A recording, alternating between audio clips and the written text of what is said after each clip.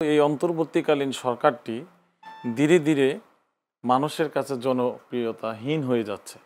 এর কারণ হচ্ছে মানুষ যেই ধরনের একটি সরকার চেয়েছিল, খুনি হাসিনা, ফ্যাসিস্ট হাসিনা এই দেশ থেকে পালিয়ে যাওয়ার পর বাংলাদেশের মানুষ, বাংলাদেশের যে সামগ্রিক যে কাঠামো, যে সংস্কারের কথা নিয়ে আলোচনা হয়েছে দীর্ঘ সময়, যে সংস্কার চেয়েছিল এবং যে ধরনের অ্যাক্টিভ কার্যকারিতা চেয়েছিল সেটা মানুষ দেখতে পায়নি।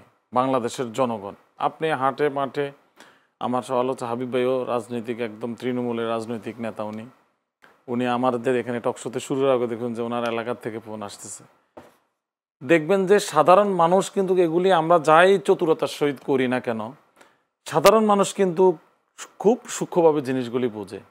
তত্ত্বাবধায়কের উপদেষ্টারা বলেন, প্রধান উপদেষ্টা বলেন, ঐক্যমত্য কমিশন বলেন, যে চালাকি করতেছে, এই কারণেই বিএনপি, জামাত, এনসিপি তাদেরকে সন্দেহ করতেছে।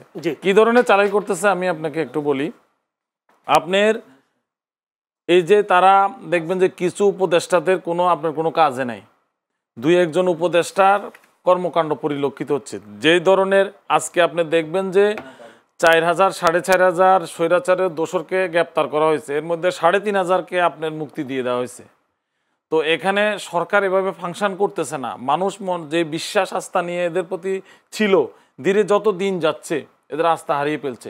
তারা তাদের কাঙ্ক্ষিত জনগণের, সাধারণ মানুষের যে কাঙ্ক্ষিত উন্নয়ন বলেন বা সংস্কার বলেন, দৃশ্যমানভাবে এগুলি কিছুই করতে পারছে না। এবং ধীরে ধীরে তারা নিজেদের মধ্যে অনেককে শুনতে পাচ্ছি আমরা যে কারো কারো ব্যবসা আপনার দেখভাল করতেছেন, উপদেষ্টার কারো কারো নামও আসতেছে। খন্দকার আলমগীর হোসেন, বিষয়টা কি এমন নাকি বিএনপি চাচ্ছে দ্রুত নির্বাচনে কেন তফসিল ঘোষণা হচ্ছে না, এই চাহিদা কেন পূরণ হচ্ছে না, সেই জন্য বিএনপি উপদেষ্টাদের উপর ক্ষোভ, বা জামায়াত চাচ্ছে পিআর পদ্ধতি এবং জুলাই নির্বাচনের আগে জুলাই সনদের বাস্তবায়ন আইনি ভিত্তি, এইসব বিষয়ে যখন সরকার বা উপদেষ্টারা যখন একটু গড়িমসি করছেন বা সময় নিচ্ছেন, তার কারণে আসলে উপদেষ্টাদের উপর, না আপনি যে কথাগুলি বলছেন এগুলি তো আছেই, এই ধরনের বিষয় আছে, তাদের স্পষ্টতা নাই। যেটা হাবিব ভাই বলতেছে, তাদের ভিতরে কিন্তু স্পষ্টতা নাই, আপনার দ্বিধা আছে।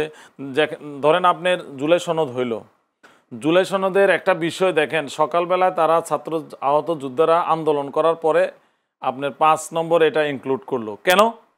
তাহলে তোমরা কিসের ভয়ে, কাদের ইন্ধনে, কার ইশারায়, কিসের ইশারায় তোমরা এই জুলাই যোদ্ধাদেরকে প্রোটেকশনের জন্য এটা তুমি রাখলা না?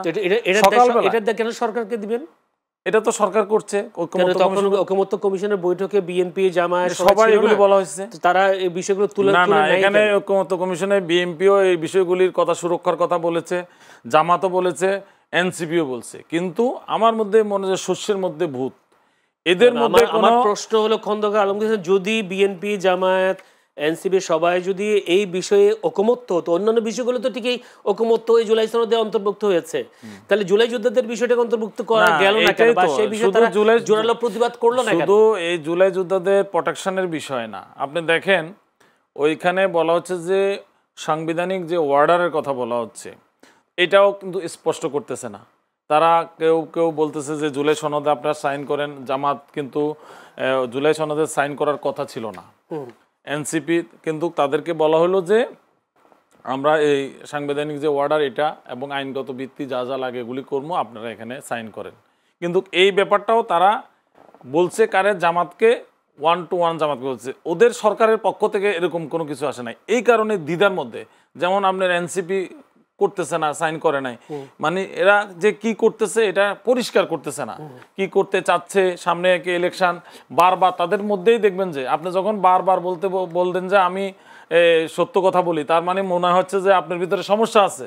আপনি দেখবেন প্রতিদিনেই আপনি দেখবেন যে কোনো না কোনো উপদেষ্টা বা প্রধান উপদেষ্টা বা প্রেস সেক্রেটারি বলতেছে 15 ফেব্রুয়ারি ইলেকশন হবে, ফার্স্ট উইক ইলেকশন হবে, প্রতিদিনই বলতেছে। কেন বলতে হচ্ছে? তার মানে হচ্ছে আপনাদের এই যে বলার মধ্যে আপনাদেরকে বিশ্বাস নাই, আপনাদের মনে বিশ্বাস করতে পারছে না। এই যে আজকে বিএনপি গেল, বিএনপি কেন গেল? বিএনপির মির্জা ফখরুল ইসলাম আলমগীর সাহেব সহ ওনারা গেলেন যে ওনারা কিছু জিনিস ওনাদের সাথে শেয়ার করতে চান। যেমন উনি কি দু একটি কথা উনি মিডিয়াতে যাওয়ার সময় বলেছেন যে প্রশাসনিক যে বিষয়ে এবং যে আইন শৃঙ্খলার বিষয়, এসব বিষয় নিয়ে এবং মানে নির্বাচনী পরিবেশ নিয়ে ওনারাও কনসার্ন, সব দলে কনসার্ন। আপনার বিএনপি, জামাত এবং এনসিপি আপনি দেখেন যে মোটা দাগে বিভিন্ন ধরনের সমালোচনা আলোচনা যাই করা হোক, কিন্তু সব দলে কিন্তু একটা সুষ্ঠু নির্বাচন চায়। এই ব্যাপারে কিন্তু চাই, কিন্তু কেউ আবার বিএনপি মনে করে জামায়াতের কিছু লোক সেখানে নিয়োগ দেওয়া হয়েছে, এই বিষয়ে তাদের অভিযোগ আছে। এগুলি সব দলের লোক আছে। এনসিপি মানে ছোট দল বা নতুন দল আমরা বলতে পারি, সেই তুলনায়ও এনসিপির অনেক লোক আছে, বিএনপির লোকও আছে, জামাতের লোকও প্রশাসনে আছে। আমি সেক্রেটারিয়েট বিট করি, আমরা প্রশাসনের এগুলি সব খোঁজ খবর জানি। দীর্ঘদিনের অভিযোগ যে আসলে জামায়াত সবকিছু দখল করে নিয়েছে, বিশ্ববিদ্যালয় দখল করে নিয়েছে। 70 থেকে 75-85% প্রশাসনের লোক হচ্ছে আওয়ামী লীগের। আমি আপনাকে দায়িত্ব নিয়ে বলছি, আমি প্রতিদিনেই সচিবালয়ে যাই। এখনো 80% লোক, এই আর 20% যেটা বাকি আছে না, এগুলি সব মিলে এই 3 দলের। এর মধ্যে বিএনপি দল হিসাবে ওনাদের অনেক অভিজ্ঞতা, 2-3 বার সরকার ক্ষমতা চালাইছে, তা ওনাদের বেশি থাকবে। পর্যায়ক্রমে পার্টির অবস্থান অনুসারে সবার লোকে আছে। মানে বিএনপির লোক বেশি বলছেন না, সবার লোকে আছে, ওটা থাকা স্বাভাবিক।